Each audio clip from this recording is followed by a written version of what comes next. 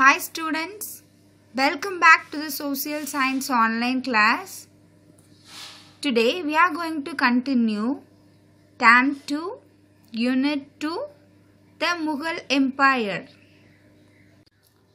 Today class we are going to discuss about the Mughal administration. So Mughal period time, Mughal Empire period's time. What about their administration system?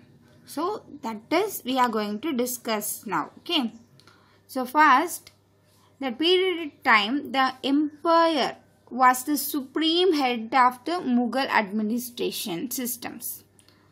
He was the lawmaker, the chief executive, the commander-in-chief of the army. So Mughal Empire period time, the empire actually in that period of time some Babur or Jahangir, some of the empire is there, right? So that period of time, what empire is there? That empire have the full administrative system power. He was a supreme head.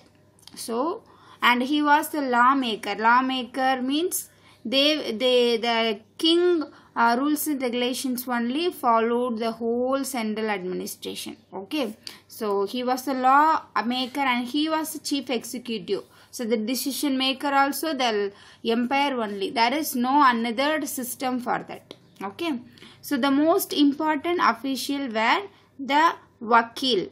So prime minister was called that period time Vakil. Okay, and the Wazir or Diwan, that means the charge of the revenue and expenditure. Okay, and Mir Bakshi, in charge of the army. So the army team head was called Mir Bakshi. Okay, the Mir Zaman, the royal household, and Ghazi, the chief judge. Sadaras Sudarwas, minister for enforcing Islamic law, Zaria. So this all main departments of central administrative system. Okay. Next we'll see provincial administration. Provincial administration nothing but the next part, the state administrative. So the segregations of the central administrative. Okay. So the empire was divided into several subas, that is called provinces. Okay, states or countries. Okay, so each suba was under the control of an officer called Subedar. So one suba, one provinces had the head power, right? So that head was called Subedar. Okay, so the subas were further divided into districts called sarkars. So now it is district like the Dindikal, Thoothukudi, Tirunelveli, that is in Mughal period time was called Sarkar. Okay, so now you will get the idea where will get the Sarkar. Okay, so the Sarkar were subdivided into Parganas. Okay, Parganas, and that Parganas, that is further classification, and Parganas have the group of villages, that is called Parganas, right? So group of villages means gramas formed a Pargana. So gramas formed a Pargana. Now you get the clear idea. So number of gramas called Pargana. So number of Parganas called Sarkar. So number of Sarkars, the Sarkars count called Subas. Okay, Suba. Next, local administration.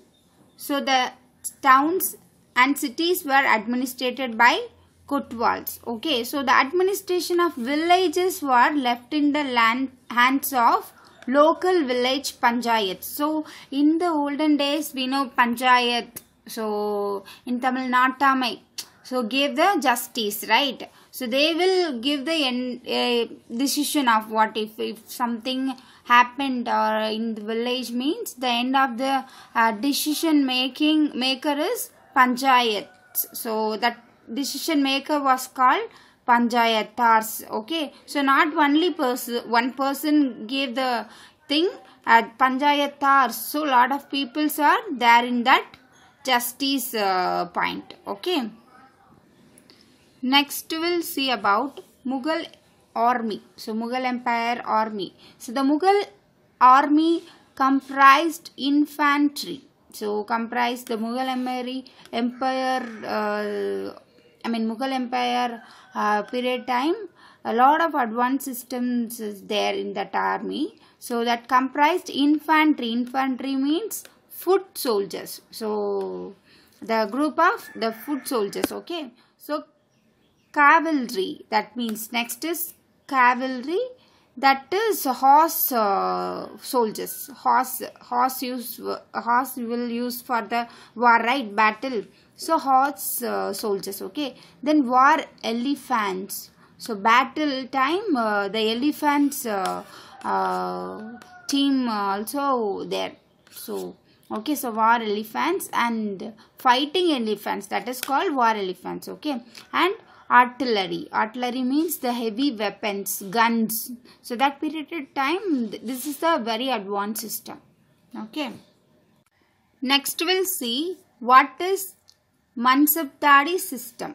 Okay. So this is a very famous system. So Akbar introduced the Mansabdari system. Okay. So what is Mansabdari system? So this is have 2 mark question also. So according to this system, the nobles, civil and military officials were combined to form one single service. The rank of Mansabdar was not hereditary during Akbar's time. After him, it became hereditary. Okay, hereditary. So first, what is Mansabdari means? So if one country, it means very big, right? It's not one person to maintain everything. So a lot of departments are there, but if some other countries are come to war, means we have to maintain every facilities like armies, the soldiers, the department of heavy weapons, and so lot of things are there for the battle, right? So as a team, army can't maintain that. So that this system was introduced by Akbar. So in this system, so Mansabdari, the persons, one persons can get horses and elephants and soldiers from empire. Okay, so they have to maintain the elephants and they have to give the practice, that the horse, elephant, everything. They have to give the training, food, practices, the maintenance, everything have to do that. So once the battle is happen, means in that battle the king called every Mansabdars. Okay, so they will discuss how many horses are there, how many soldiers are there. So this battle, it's if we have the enough team or not, like that they will discuss. So that convenient part they will introduce. They had introduced this system. Okay, so based on the number of soldiers, each Mansabdar received ranking from 10 to 10,000. Okay, so Mansabdar rank was depend on sat and server. So what is sat and server means? Was the number of horses and horsemen he had to maintain. So the number of count they maintaining, that is called sat and server. Okay, so their salary. So okay, so the king has to give the salary, right? So his salary was fixed on the basis number of soldiers. So okay, so this is Mansabdari system. Next we'll see land revenue administration. So for the army maintenance, we have seen Mansabdari system, right? So for the land maintenance, land tax collecting, mainly for the purpose of land revenue administration is land tax collection only. For the empire development, for the country economic level, the land tax very important in the empire period time. Okay, so they had to maintain that, so that the land revenue administration started. So the Mughal empires enforced the old Ikita system, renamed it Jagir. So already Ikita system is there. So that was renamed in their period time, that is Jagir. Okay, the collection of the revenue of an area was bestowed upon a military or civil official named Jagirdar. Okay, so the collective the land tax collector was called Jagirdar. Okay, the system is Jagir. So the revenue of an area was bestowed upon a military or civil official named Jagirdar. Okay, so the Jagirdar collected the revenue through his own official. So Jagirdar have the sub department for the purpose of collecting tax. Okay, so we'll see that subordinate officer. Okay, so we'll see the team. So Amul Gazir, that is revenue collector of the district. So whole district, the revenue collector Amul Hasir. Okay, so and also further department is there, further officers there, the porter, the Kwanko, the Patwari and the Mukitams. Okay, so these all are subordinate officers.